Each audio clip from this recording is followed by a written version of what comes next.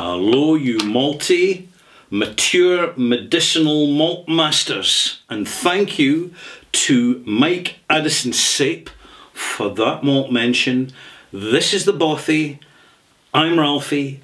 This is Ralphie Review 924, and I'm going to review a bottle of whiskey, whether you like it or not. It's an independent bottling, by the way. I'd just like to start by saying that, malt mates, because I've just completed a series of 7 whiskey reviews here in the Bothy of official bottlings which are representative of a cross-section of what Scotch whisky offers from official distillery bottlings at relatively affordable price. Although of course I noticed that the Craigellachie 17-year-old, as soon as I gave it a good solid 90 out of 100 review, the price starts going up in the retailers, and I have to say that annoys me, because it's actually the retailers who hold the prices where they are that should be mentioned in social media and should get more business, because they're not exploiting online reviewers. At the same time, I suppose it's a little bit flattering that my reviews carry a certain amount of weight with a certain section of the maltsters, and I'm hoping that this short series of independent bottling reviews, I've got 4 bottles of independent from independent bottlers, one of which, by the way, is absolutely unique, but I'm going to conclude with that. So we've now got, over the next month, a short series of independent bottlings, and during these reviews I'm going to explain really how we get to independent bottlings and their value. But I'll leave a bit more information in that for the extras coming along shortly. 924 extras. This is from Signatory Independent Bottlers, who incidentally, if you've been paying attention to the online Whisky Conversation maltsters, you will know that Signatory won the Best Independent Whisky Bottler of the Year last year from the online Scotch Whisky Awards, which there's a link in the description down below, the OSWAs. And very deservedly so, because they have an extensive range of single malts, some well-known names and brands and others less well-known. And they're really quite transparent and what I would call honest about their bottlings. In other words, they don't try to do all sorts of finish this and finish that and, you know,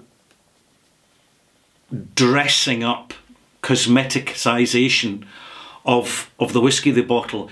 You get what the cask delivers, and that can actually make the experience a little more challenging. So my first piece of advice I really want to put across to you is that if you're starting off in whisky, don't start with the independent bottlers. Do your groundwork and do your basic apprenticeship for a couple of years at least with official bottlings, so as you get to know the core signatures of single malts. Because when you come to independent bottlers, you're going to get some weird, wonderful and different permutations and versions of these signatures. And that is exactly the case with this particular bottling. This is Glen Grant.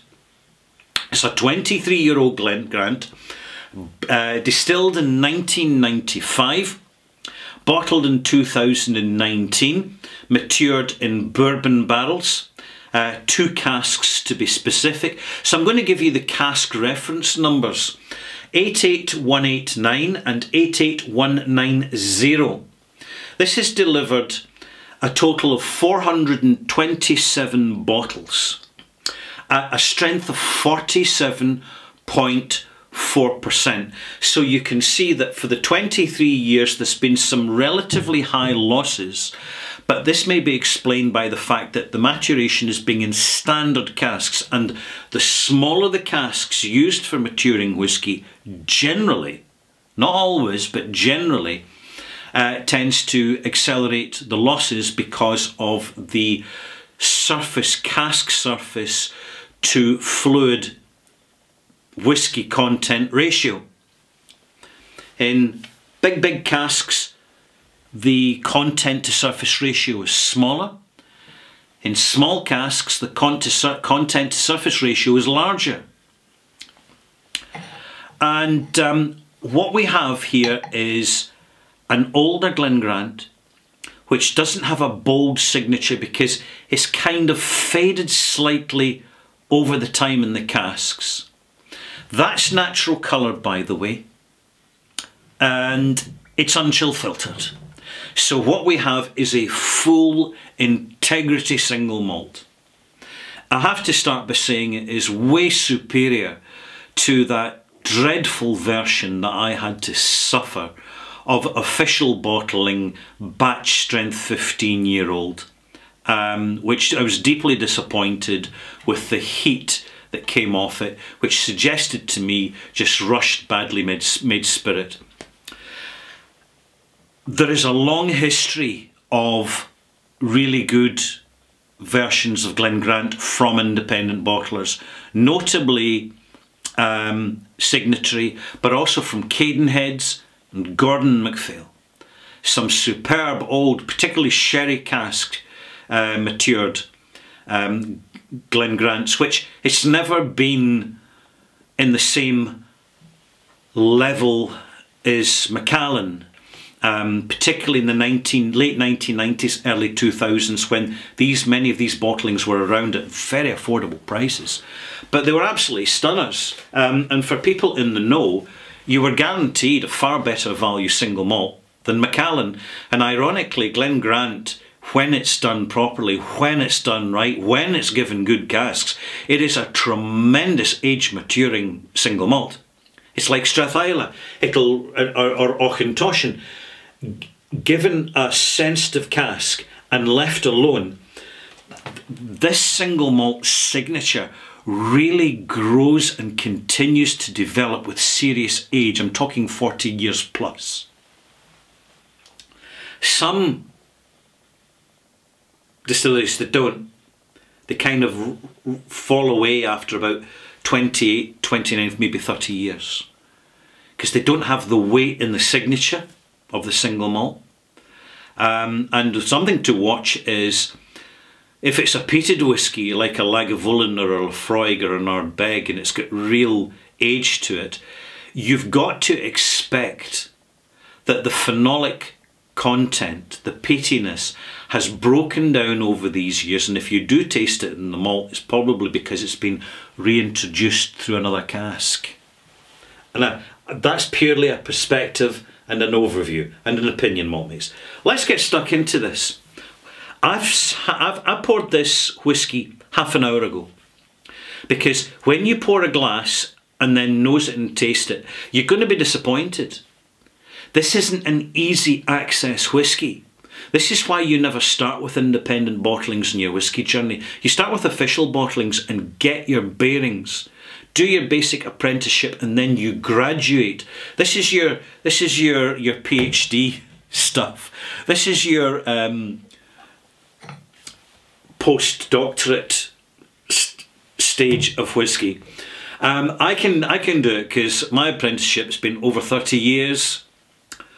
It's been a struggle, maltmates, but I'm getting there. Resinous. You're getting quite resinous oak coming from the casks, the bourbon casks. When first fill bourbon casks have new make spirit put in them to turn into whisky, you have the influence of the previous content being bourbon, and you have the superficial and the most soluble flavour components coming out the wood itself. that manifest as matured flavour in the developing whisky. But when you fill casks for a second time, and I believe that possibly at least one of these casks is a second fill cask. Possibly not, but I think that maybe one is and one's first fill, one's second fill. Or potentially both are second fill if the first fill was fairly short term. Because I'm not getting a strong vanilla note, which you tend to get from first fill casks. I'm getting something more crisp and tobacco-y from the wood itself. The nose is a combination, an odd combination of intense and delicate both at the same time. Taste,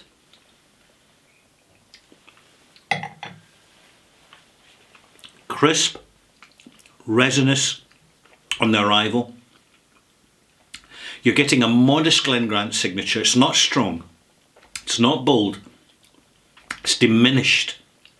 It's faded slightly over these 23 years, and it really shows. The form, when it's neat, isn't up to much. The form is more like a 12 to 14-year-old whisky. And this is a reason why we add water, by the way. It's not just to dilute the whisky.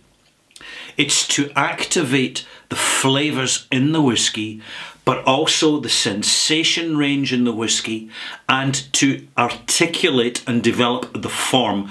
In other words, the length and calibre of arrival, and the length and calibre of development, and the quality and the identity of the finish. And to a certain extent, the aftertaste. I've got 25 millilitres in there. I'm actually adding 4 millilitres, so not quite a full teaspoon. There you go, a few wee drops left. This will make a huge difference. This whisky does not come into its prime until after 25 minutes after adding water.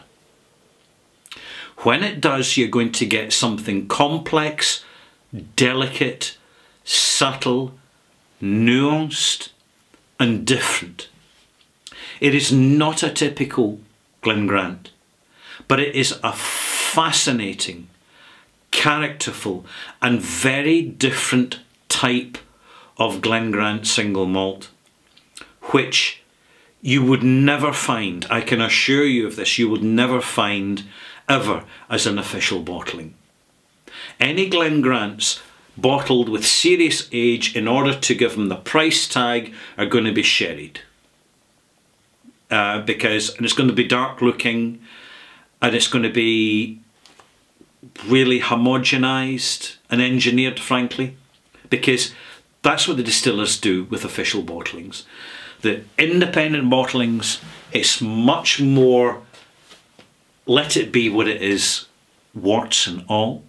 And sometimes, particularly if you're inexperienced, you'll come to it and you won't understand it if you're coming too soon into the independent bottlings. You won't get it, and then you may be disappointed.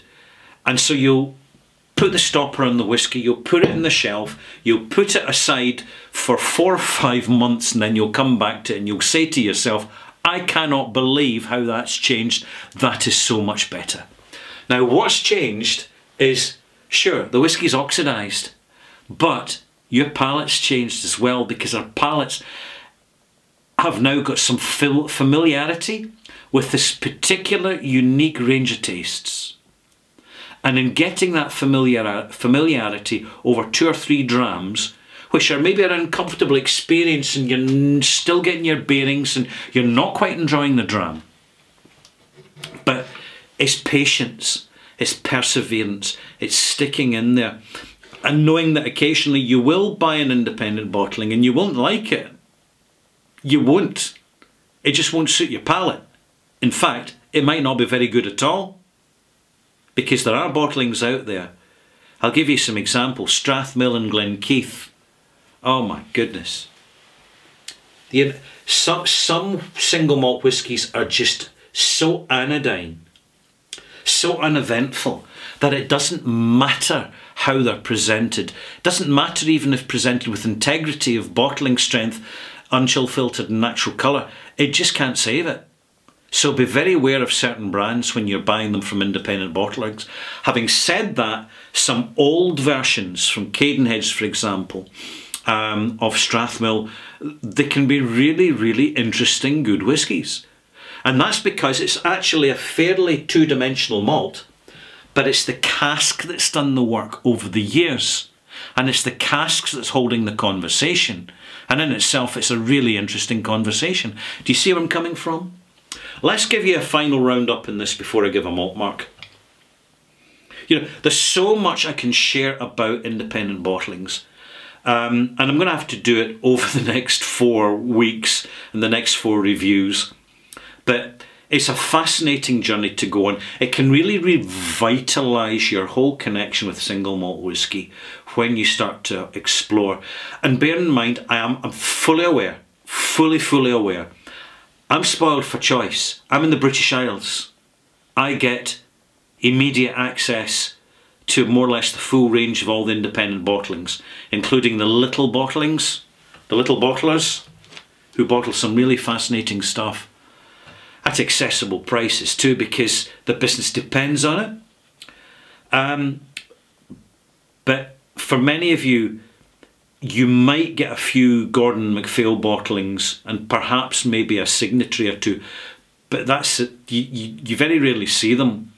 But at least you're aware of them. This is the important thing. Now you're aware of them. So if you do happen to travel to Scotland, you know, you can start to explore more of these independent bottlings, because many specialist whisky shops actually host tastings.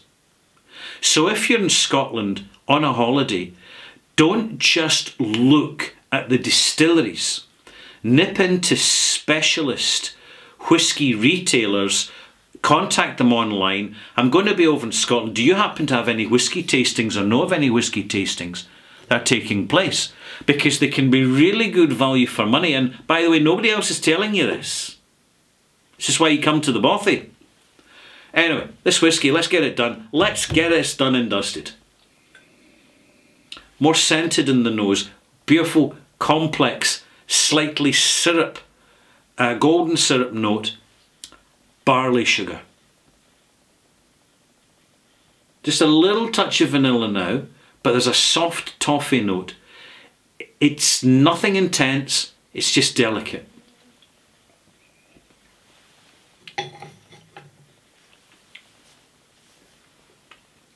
Almost perfumed. Roses, summer garden, honeysuckle, slight peppery. The development is so much longer than when it doesn't have water added. Neat, the whisky has that arrival, that development and that finish. Add the water, give it 25 minutes, totally different dram. The arrival's that much more. It's 50% extra. Development, another 50% extra. Finish is doubled in size. You can see the difference. Crisp, slightly gingery, mentally finish. The reason for that's simple. And the little tobacco notes, something sort of, it's like green mint, a fresh mint. And this is because after 23 years, the spirit goes deeper into the wood.